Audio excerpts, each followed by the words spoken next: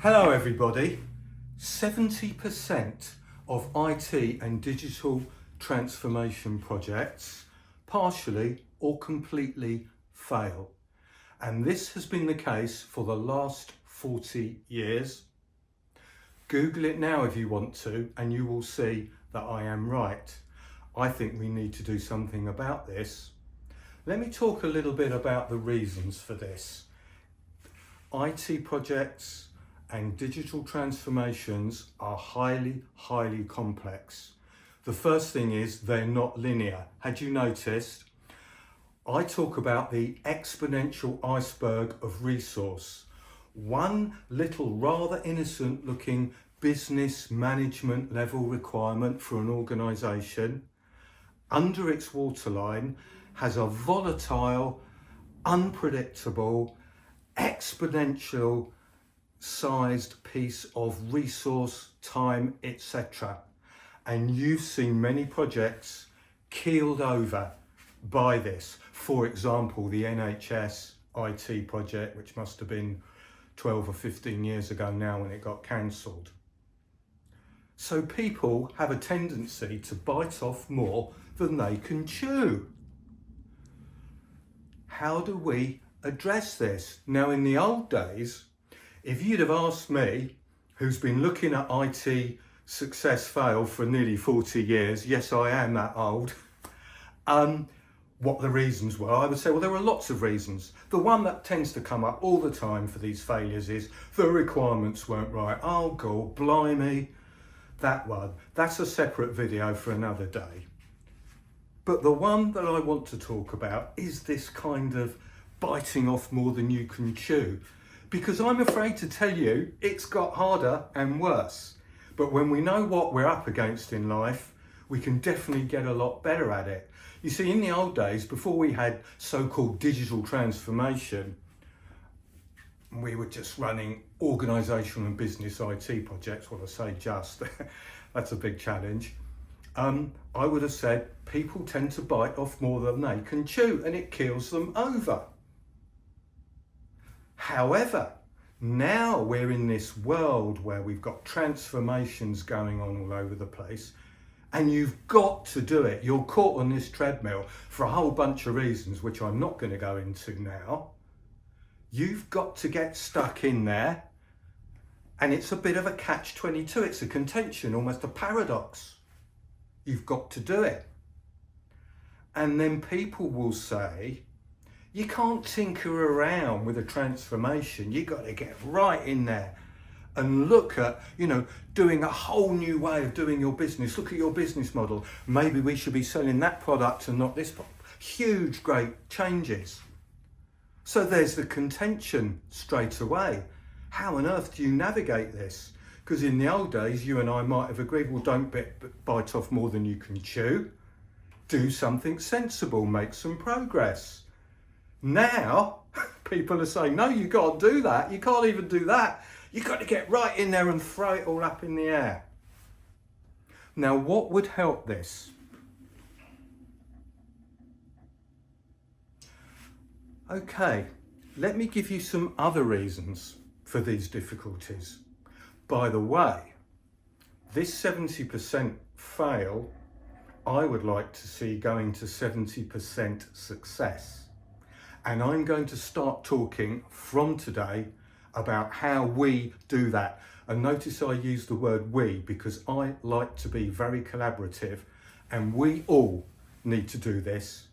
And our clients, our customers, our UK citizens will benefit, and the ripple effect, the positive ripple effect, will go outwards. One reason, as someone who's been looking at all the methods and approaches for about 35 or 40 years, is that you, if you are running a project, have to identify and then integrate optimally all these different methodologies and approaches. So you need a project management approach like Prince or PMBOK or whatever. And then you need an IT development method. Of course, that's the one that everyone thinks is the big one, but it isn't. It's really the dog's tail, and we do need to see that in context. This is a holistic exercise. However, you need an IT development method. Might be agile, might be waterfall, might be wagile, scrum, safe, blah, blah, blah, blah. Then you need maybe benefits management. What else do you need? IT service management, organizational design, and the human side, big one. Probably the biggest, and people don't get these proportions right. Now, putting that lot together is another big challenge. So how can the research that I've been doing for a very long time, more than 30 years, help that? Well, some of you know I've developed business value maximisation framework, and that has come from 30 years of a research and development program that I have run not only 5 days a week, sometimes 7, because I love it. And this is the fundamental principles of getting value, success and return on investment from IT or digital transformation. I don't like the word digital transformation, but that's a subject for another video, for another day. Those fundamental principles, which are very specific to using IT, which has lots of layers, and then there's all the business stuff around it, in my view, were not very well covered. And in the late 80s and early 90s, the front page of Computer Weekly was going, people who know a lot about business and a lot about IT are going to be the ones as we go forward to really sort this out. And I'm proud to say that I was one of those. Actually, I was one who could do multifaceted gap bridging. But I said to myself, the methods, approaches, models for doing this bridging are not really there. There's sort of basic facilitation and mediating, and yeah, you've got to be nice to every people, and the techies don't talk techie to the biz, and the biz, you know, don't sit breathing down the neck of IT and all that stuff. But it was more than that. If you're going to combine information, computers, people, blah, blah, blah, blah, you need some models and techniques. So this is what I started writing down. And this is what this gives you. I'm going to do a little bit of drawing for you now.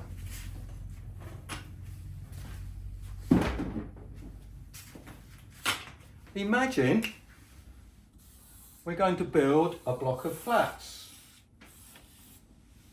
Okay?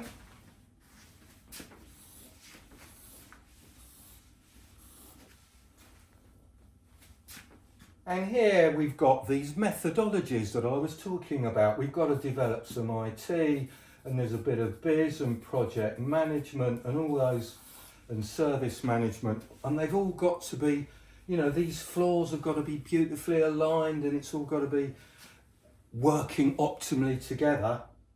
Now, what I'm talking about, these basic principles and techniques, and I have in BVMF, difficult to say, but about 100 models now, okay? And about 450 to 500 techniques. So this is not a small piece of action. But it's different because it's not all documentation. You don't just go and read the documentation and then woof, off you go. You have to live it, breathe it, understand it, talk to me and my team. But I will be trying to charge you as little as possible, not as much as possible, because that's how I like to do things. And I have a stated aim in my company, MaxVal Consultancy. Anything we charge clients, we are aiming to give you 10 times the manifest value, because that's what we do. And if every supplier gave a heck of a lot more value to their customers, the economy would grow, which is what the government is whittering on about all the time. That would be a good thing. Let's come back to this. This is BVMF, right?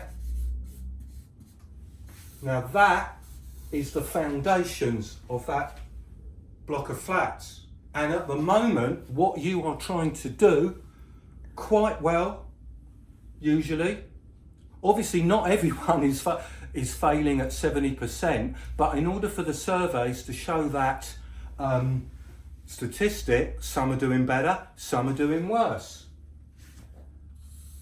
These are the foundations, and if you have that, even a bit of that, you don't need all of that, a bit of good understanding of what that's about, this whole block of flats becomes firmer, better, it falls over less. I hope that's an understandable analogy, and you would not have to talk to me very long to understand. Once you've seen a few of these principles, most people say to me, "Oh David, I see what you mean now."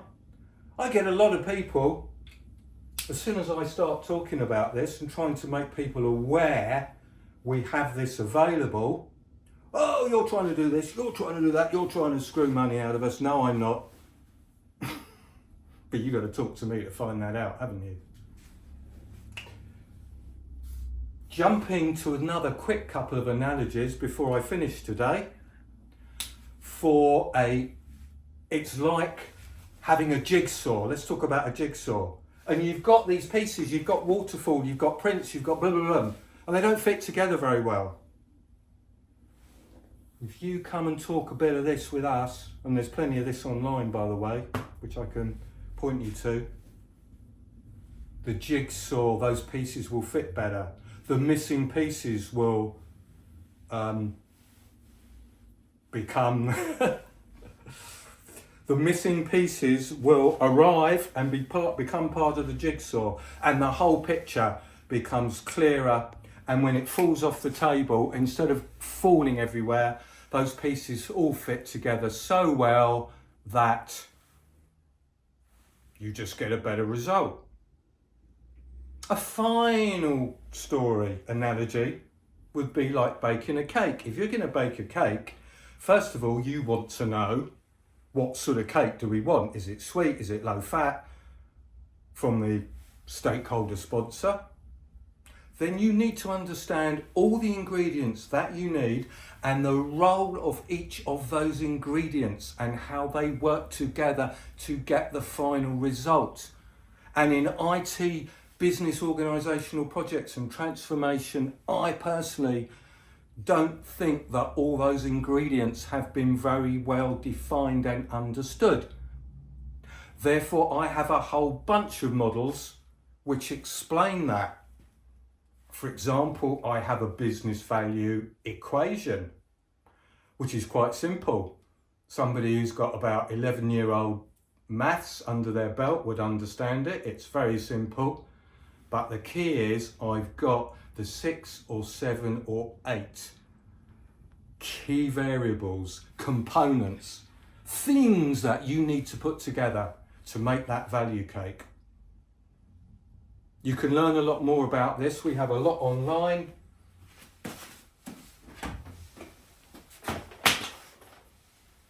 maximum-value.co.uk. You will find lots of material, and in the news feed you will see links to other websites. Please do look. We are going to be running a 2-day walk-in value maximisation clinic, free if you're an attendee, at DigiGov Expo 24 on the 24th and 25th of September. Come there, we'll talk about this, we'll show you models. I'll do this, I'll say what's your problem, and I'll see how much I can help straight away, off the cuff. And we will always do that.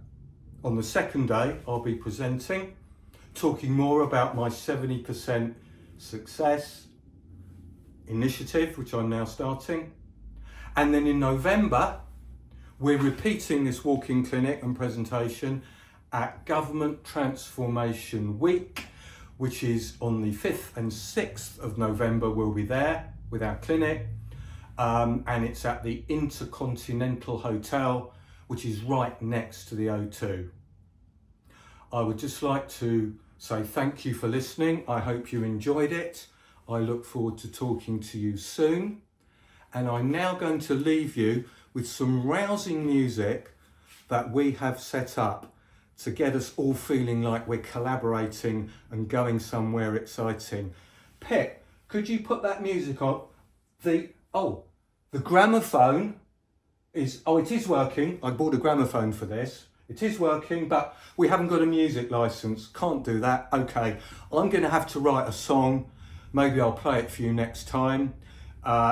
Something like 70% fail to 70% succeed, collaborative boogie blues. How do you fancy that? I will see you soon. Take care. Right, I'm talking a lot about this 70%. If you're getting better than that, better than 70% partial or complete fail, great. You may want to share some of that, not with your competitors, but some people you could help. You may be doing worse than that. I wonder what the project success ratio is in other walks of life, in construction projects, in landscaping, that would be interesting. I suspect that it's a bit better, because ultimately if you're going to build a railway line, as you well know, it usually does get built eventually, but it usually costs mega bucks more than people thought. It takes mega longer than people thought. The functionality or the quality of what comes out usually can't be compromised too much. But you see, this is where we can get some use and value out of comparing those kind of situations with IT and digital transformation. In IT and digital transformation and the world of business and management, people are very, very, if I was being rude, I would say greedy, and sometimes I am quite rude. If I was being polite, I would say keen on getting more productivity, more margin, making lots of lovely money. That drives a lot of the IT and puts a lot of pressure on the poor IT development people. They have a lot of pressure on them. And I'm not saying it's the business's fault, because these guys, these ladies and gentlemen, tend not to stand up and explain to those ladies and gentlemen in the business about the immense, non-linear, infinite granularity of difficulty that they're dealing with, usually pretty well. In the dozens of pieces of work I've done, so often when we're starting to get a very good result, I say, do you realise, Mr. and Mrs. Business Person, your IT is not worse than the average, as you seem to be saying. It's actually better than average.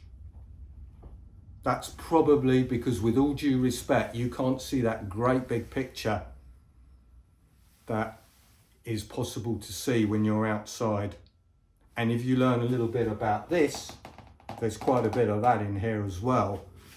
Context. So I like to get business and IT talking. This cliche, bridging the gap, has been going on for 40 years. There should not be a gap, and it's not just between business and IT. This is something that everyone's involved in. I hope this has helped you, and I will see you soon even, for the next video. Goodbye. 70% of projects are partially or completely failing. That is bloody awful. Can I say that? We'll edit that bit out, won't we? Yeah, no, we'll edit that out.